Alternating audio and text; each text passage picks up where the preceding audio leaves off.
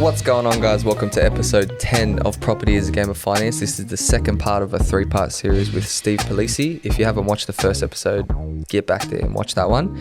Today we're going to do a little bit of a comparison between residential property and commercial property, and then dive a little bit deeper into commercial. So first topic we have today, let's just go through the main differences between residential and commercial. Yeah. All right. So commercial is a very big kind of plethora of options that you kind of have, whereas everyone knows residential. So types of residential, like standard houses, duplexes, townhouses, apartments, and that's pretty much it. Commercial, you've got a lot more other options. So you've got like industrial property, retail, office space. Then you've got a lot of the special type ones. So like cinemas, car parks, theme parks, petrol stations, and things like that. So there's a few. Well, every different type of business is essentially a different type of commercial property. And then you can have crossover ones as well. So like sometimes a medical center will be in an office space. Other times it'll be in like a retail shop. So it just depends. The same thing with industrial. You have like retail showrooms on the front of a warehouse, and then different types of prisons. So it's really varied with the differences. But main difference is obviously cash flow and the actual types of the builds. Yeah. What about capital growth? Capital growth, as we mentioned in the last episode, exactly the same. Like different types of commercials are going to grow at different rates, much like residential grow at different rates, but they always have to remain on par. People always make the argument that resi will go up higher. It can't. There always has to be some level of comparison between rents with commercial and rents with residential. Otherwise, why would you buy one or the other? So the capital growth, you can't just focus on just capital growth. Like when you couple the capital growth and the cash flow together, that's the performance of the asset that you're focusing on, right? Yeah, it depends why you're buying. You can consciously make a decision and buy a cash flow commercial property that doesn't grow as much as a residential property if you're just chasing cash flow. But that's the same as residential. Like how many times have you heard the people go, buy cash is king, cash flow. And you can go buy in a regional town that might not have the same capital growth as a commercial, as a CBD type property. Yeah. But it depends why you're buying. Like if you look at ROI, that's where you should be focusing on. But it depends why you're buying. You might be buying because you're retiring, you're trying to build a passive income, or your partner's going to go on maternal leave and you want to have a bit of a kind of passive income there. Same thing with residential. You might not be able to afford a inner ring CBD one, so you go to a regional town and you buy a multi-tenancy type one and get that cash flow and sacrifice some of the capital growth. And this is the thing with property. It's so varied. There's no right or wrong answer. No buyer's agent has the secret sauce kind of thing. It's just there's a pro and a con to everything. You're just going to have to weigh up the data. Yeah. What about the development potential between residential and commercial property? So this is the thing. So everyone will talk about resi having more value add options because you can renovate the property, you can paint carpet, do kitchens, bathrooms, you can add on extra rooms, you can build a granny flat, you can knock down, subdivide, build townhouses, apartment blocks, all that type of stuff. So they'll say residential has more value add options than commercial. And it does in some of those aspects, but any of those that you can do in residential, you can do in commercial. Like it's just a different type of one. There's no one stopping you saying buying a big industrial lot and dividing it up into lots of smaller ones. Like you can buy a big one, you can put some firewalls between it and you can actually split it into multi-tenancy and things like that. If you're buying a retail shop, you can renovate that property. You can make the front look better. You can build a residential on top. I saw one in Sydney a year ago. It was a fish and chip shop in Mortdale and it had an ATM machine out the front, an apartment built on top and telecommunications tower on top. So they were getting 4 different incomes from the same property. You can't do that with residential. So it just depends kind of what you're going. Stuff like an office space. Yeah, there's no value add option there. Like it's just an office space. You might do a nice fit out inside and that's about it.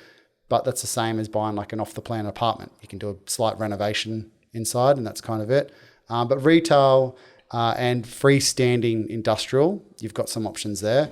Buying a body corporate warehouse, no, there's not much you can do. Maybe put in a mezzanine area.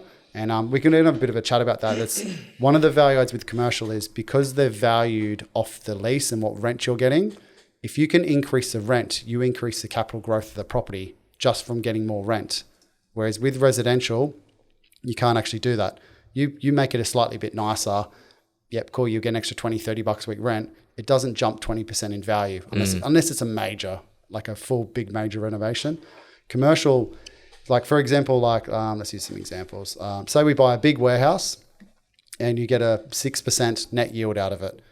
2 smaller industrials will have a higher square meter rate than one larger one, just because it's a larger one's not going to pay a small square meter rate. So if you divide it into 2 tenants and you bump the rents up on each by 30%, you've effectively just fabricated 30% capital growth by putting a wall in a building. So it gives you those options. So for me, commercial has all these options, like I mentioned before, with ATM machines, splitting up tenancies, putting in better tenants, having more expensive fit outs. Changing the tenant can actually increase value. You have a retail shop and you turn it from a cafe into a medical center on a 10-year lease.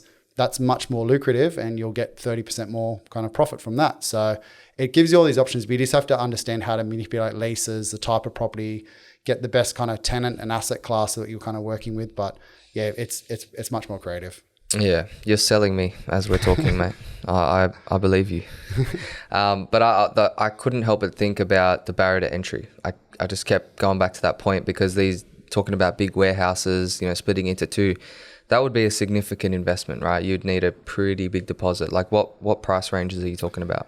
Again, it just depends where you're buying. So like you can quite easily buy a freestanding warehouse in Ipswich in Brisbane for $800K. So that's got some options there. If you keep going further out to Toowoomba, you get some options. But people say barrier to entry, and we mentioned this on the last podcast about leveraging as much as you can, but you can buy cheap commercials. Like I regularly buy little warehouses in Brisbane, and you've seen some of them with our clients, little warehouses in Brisbane, Perth, areas like that for $300K. Like very hard to buy a quality growth property now in Resi for $300K. You generally have to start spending 500 plus. Otherwise you're going townhouses and things like that. So you can buy cheap ones. Like if you want to buy a regional warehouse, you can buy stuff for 150 grand if you want, but it's a balance between the vacancy rates and the capital growth and what rent you're getting. But yeah, it's just there is a bigger deposit, and that is why everyone doesn't buy it. And the other reason is people just don't understand it. Yeah, or they don't know a good buyer's agent to help them through the process. Yeah. But $800K investment, that's not that much. Like really, I've seen people buying over $1 million properties that they want to live in. Difference is this property is going to return a pretty good rental income as well. And that's the thing. Like I tell people, you can go buy $1 million residential property that costs you 10 grand a year, or you could go buy $1 million commercial property that gives you 30, 35 grand a year passive income. And you could use that to rent the rest of your life, and you are debt free. You can travel the world, you can spend money. You start getting rental increases, or here's the other big thing with commercial. A passive income on a 5-6% net yielding commercial will actually pay off the debt in 10 to 12 years. So if you get like a 6% yielding property in 10 to 12 years with small rental increases, you'll end up with like a 70, 75 grand passive income just from buying $1 million commercial. So when someone says, I want to buy a residential to retire, good luck. You need a huge kind of portfolio and it's a 20-year plan. Commercial, you can literally quit your job in 10 years' time by buying one. Yeah, and is that based on a P&I loan, putting all the rent back into the loan? That's right. So putting the cash flow back into it. If you want to put extra funds into it, speed it up and you think. But it's like trying to get even a 70 grand passive income from residential, you end up having to have like $4 or $5 million portfolios, and you're requiring rents to double, and you've got to pay it off over 20, 30 years. But commercial, it's a game changer. Buying one and going, in 10 years' time, I can retire. That's bloody powerful. Fuck, sign me up. You buy 2 of them, 150 grand passive income. Where do I sign? Hey, good time to plug the book, eh? Yeah. Commercial property investing, eh? Look at this guy. I want to talk about purchasing costs. So valuation was a bit of a shock to me about how much that actually cost. The valuation was like, wow. Yep. So you got the same purchasing costs. You still have conveyancing fees, building and pest inspectors, application fees. The main difference is the valuation fee. So that'll be anywhere from like $800 to $2 grand. And the reason for that, it's not like Resi where you can just quickly check like 3-bedroom houses and the banks do a quick desktop val, send someone over and they look at it and go, yeah, it's okay, in the condition, we'll give you $550K for it kind of thing. Commercial, they can vary so much because it's based on who the tenant is, what the lease terms are, what the fit out costs are, where it is, the size of it, what mezzanine areas it has, where it's based in terms of foot traffic, road traffic, types of tenancies, whether it's like a good blue chip tenant or medical tenant. They basically do quite a lot of due diligence on the property, so you have to pay for that. But as I tell clients, it's a small amount of money in the grand scheme of things. If if you're paying $1,000 to get a passive income, it's not a lot of money to kind of do business. But on the whole, conveyancing will be a little bit more as well, because they'll be doing things like lease review and contract reviews a bit more common. So you're kind of looking at $1,500 to $2,500 there. I am talking about simple commercials. You start looking at bad though. You start looking at like multi-tenancies and stuff like that can kind of get up there, but that's no different to buying like an apartment block. But yeah, for valuation fee, that's the only real difference. It is a bit more headaches in terms of, and we'll have a chat on the next episode about this, different types of lending and things like that. But in this market, it's never smooth sailing. Finance is always a headache, which I'm sure you attest to. Yeah. But once you get it over the line, it's definitely worth it. Yeah. Well, let's touch on leases, yields and outgoings, because we mentioned on the previous episode about, the main thing that people like so much about commercial is the yields. And we use the term net yields and compared that to a residential net yield of 3%, where you can quite easily get a commercial at 6%. So let's go into that and tie it in with the lease agreements and everything, how the tenant covers the outgoings and stuff. Yeah, so most people hear the word net yield and gross yield and they don't actually register. They think it's the same number. So when I say I'm getting a 6% net yield, people actually say, I can get a 5% in residential. Why don't I just buy that? That's 5% gross. So when you buy a residential property, you are paying all the outgoings, council rates, water rates, maintenance, insurance, everything. So generally a 5% gross yield ends up being 2.5 to 3.2% net. Whereas with commercial, the tenant pays all of that stuff. You don't have any bills. Literally, the only bill you typically have is property management. And then even then, 50% of the time, the tenant pays it. They even pay your land tax bill, which baffles people. So if you're getting a property and it's $1 million and they give you 60 grand income, 60 grand is what hits your bank. At the end of the year, that's what you get, because they're covering all the outgoings and things like that. And that's just part of doing business. Like a retail one, they'll even do all the maintenance. And like I've got a cafe in Brisbane, and the tenant called me up and he says, look, I want to renovate the building. I want to make it look really nice for obviously like get more clients coming through and make it more presentable for the road. He's like, is it okay if I do that? So he's asking, is it okay to spend 20, 30 grand renovating my property for me? And I'm doing nothing. So he did it and I get the capital growth out of the property. I get an extra 50, 80K kind of worth of value. So did he increase he probably just paid for it but didn't increase his lease or anything, right? No, because I've got the lease with him. So I kept him on the same lease. Yeah. But the funny thing is, theoretically, I could actually up his rent because it's a nicer property. I wouldn't do it. So there is some form of gentleman's agreements and things like that. Sometimes you'll actually give him benefits. You'll say, okay, look, I'll give you 10% less rent for a year or things like that. But he did it, paid for it himself, and I get a more valued property. Like, good luck finding a tenant for a residential property that's going to renovate your property for free. So that's the main difference. So it's net yield. It's not gross yield, and that's what makes it more attractive. You're generally getting about 3 times more rent than you are for residential in terms of net return.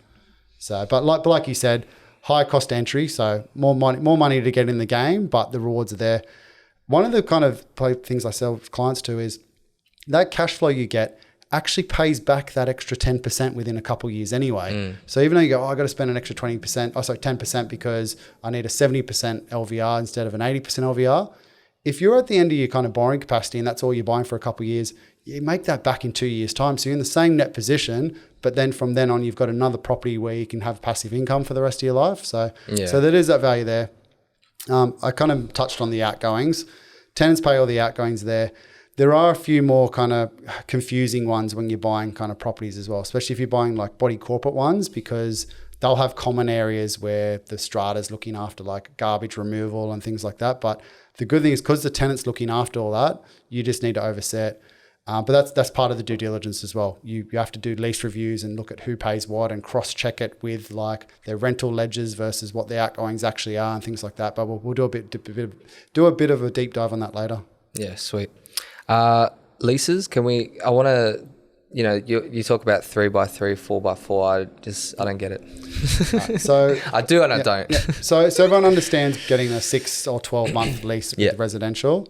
Commercial's the same thing, but people are signing 3, 5, 10 years. Like I bought 15-year leases. Yeah. I've got a Bunnings on a 20-year lease for a client. So you get stuff like that. That is really attractive to a buyer because they're like, cool, I've got a tenant long term for that whole period. That the advantage is actually for the tenant itself, because they don't want to get kicked out, because certain industries, they're like where they are to certain locations is paramount. Like if you have a medical center, they want to stay in that location because they're servicing an area. They don't want to be kicked out. So they'll sign like say a 5 by 5 by 5. What that actually means is you've got them for the whole 5 years. At the end of the 5 years, they get basically first choice to renew for another 5 years. So as long as you couldn't kick them out after that 5 years? You can't kick them out. No. As long as they pay market rate. So you could try and you could up the rent and try to get them out that way, but then they could theoretically request a market review saying, no, we want. And then, so that's security for them. It's I guess that's fair. Yeah, it's fair, but that's for certain locations. That's what they want. The power's for them, but they just don't want to be kicked out. So, but it's a very good indication if they're on 3 by 5 year leases that they're planning to be there long term, and that's the security that you get with the commercial. So even though you have slightly higher vacancy periods, you're getting the tenant for much longer periods with rental and bank guarantees on it as well. Yeah. So how often then after that, they've got a 3 by 3 by 3 after that 9 years, what would if they've built up a business for 9 years, they're probably not going to leave even then, right? So when they sign up, is there some sort of market review done there so that they're paying market rent, or? Yeah. So everything is negotiable with commercial. Yeah. And that's the difference with residential.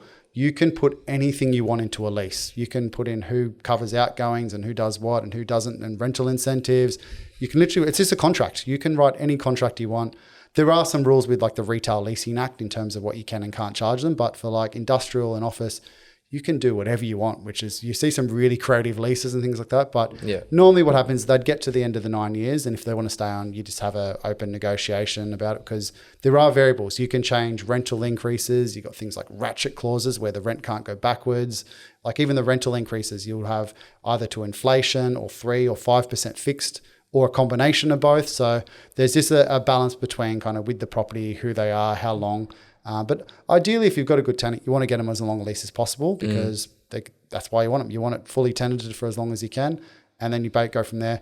If they get to the end, sometimes getting out an underperforming tenant is actually a better option. Like if you've got like, I don't know, a big retail space and you're getting some interest from childcare centres or medical, you might decide to actually kick them out because you want that kind of blue chip tenant. So that gives you the option there. And like we spoke about before, increase the capital growth, because you've literally got a better tenant and more secure, because that's what you're buying. You're buying the tenant and the strength of the tenant and the location combined together. Yeah. So when you're looking at buying a property, how much time do you spend thinking about the potential of having to relet it one day? Pretty much that's the first thing I consider. Yeah. So I'm always devil's advocate. Yeah. Even if I've got a 5-year lease or a 10-year lease, I go, what's going to happen at the end of the 10 years? Because if the vacancy period's 2 or 3 years, I would much rather a versatile property where vacancy periods are 1 to 3 months, because your net results. But how do you come to that figure, like 12 to 24 months or 1 to 3 months, when it's a 10-year lease away? How do you know that? So you look at what it's going to be now, and then you kind of have to forecast. And you do the same thing with the types of business that you're buying. Like, I'm not buying petrol stations for clients because I have no idea where that industry is going to be in 5, 10, because like 2030, we're only building electric cars. Yeah. So I'm not buying that. Same as like, I'm not a fan of banks. Like you see so many big banks and there's no one in them. I've not walked into a bank for years, probably 5+ years. So I'm not buying. So that's an asset class where I'm like, that's not going to be around in 10 years time. But if I'm buying, say, an industrial property and it's surrounded by residential property and there's no room and they're not building any more industrial space, and the population of that residential area is growing, if I look at the vacancy rates now, and it's pretty easy, you look at some comparables on CoreLogic and you go, okay, this one's somewhat similar size and it went vacant 2 years ago and it was vacant for 2 months, and you find 5 or 6 of those, and vacancy rates are 1 to 4 months, for instance. Yeah. If that population's growing, why is that industrial space going to be in less demand now than? So if anything, vacancy rates are going to tighten, going to get better rental increases, better capital growth. Same fundamentals as residential. You bias to supply and demand. You look at, okay, is the population growing? What am I buying? What's the vacancy rates with thing? That is one of the things with commercial though. It's not as kind of clear cut with vacancy rates. Vacancy rates with residential, you can go on like websites like SQM, look at the postcode, and a 3-bedroom house is going to be pretty similar, and they're going to have hundreds of comparables. You buy like an industrial property, you might only have 4 or 5 kind of comparables. because you might find one that's like 200 square meters, one that's 400, one's got a mezzanine, one's got a nice fit out. They're all sort of slightly different. If you start going into retail, it gets even tougher, because if you've got like a retail strip of say 10 properties and there has not been a vacancy there for 5 years because it's a really tightly held area, what's the vacancy period? I can go find one that went vacant 5 years ago and go, look, it was vacant for 12 months. Does that mean you're going to have 12 months vacancy? Is it going to be 24 months? You get something like a medical center, which is a converted residential property and it's on a street corner.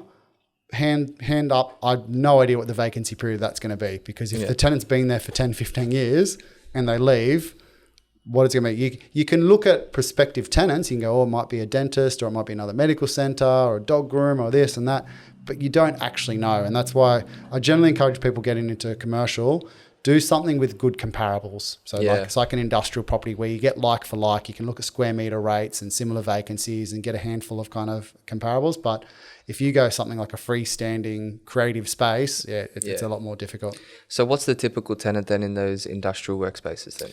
This is the awesome thing about industrial, is it can be anything. Yeah. It's 3 concrete tilt-up panels and a roller door. And we had this chat before with the social media guys. Yeah.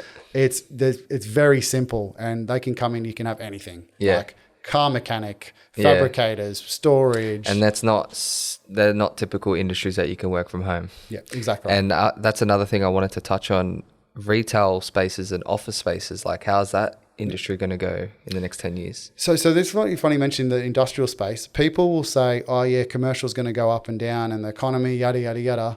Commercial, like industrial, doesn't disappear. You still need all of those services. Yeah. Even during the pandemic, vacancy rates on industrial actually tightened because of the e-commerce boom. Everyone was like needed storage and quick sales and things like that.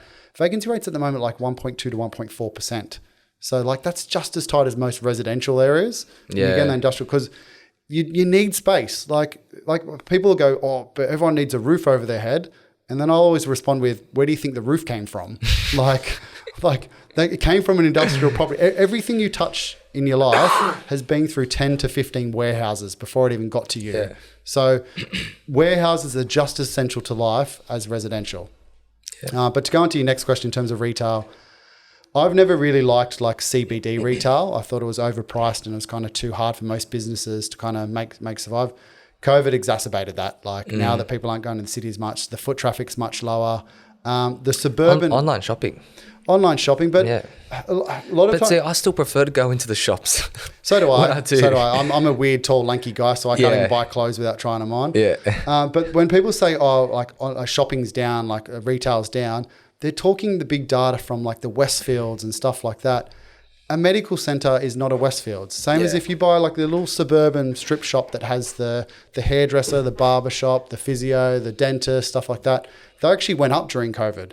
So you still need those services. So I always focus on what I call like essential services. And that's stuff where you have to go face to face. You can't get a haircut online. Mm-hmm. So anything where there's people interface, they're the ones that I kind of focus on. Similar kind of concept to industrial.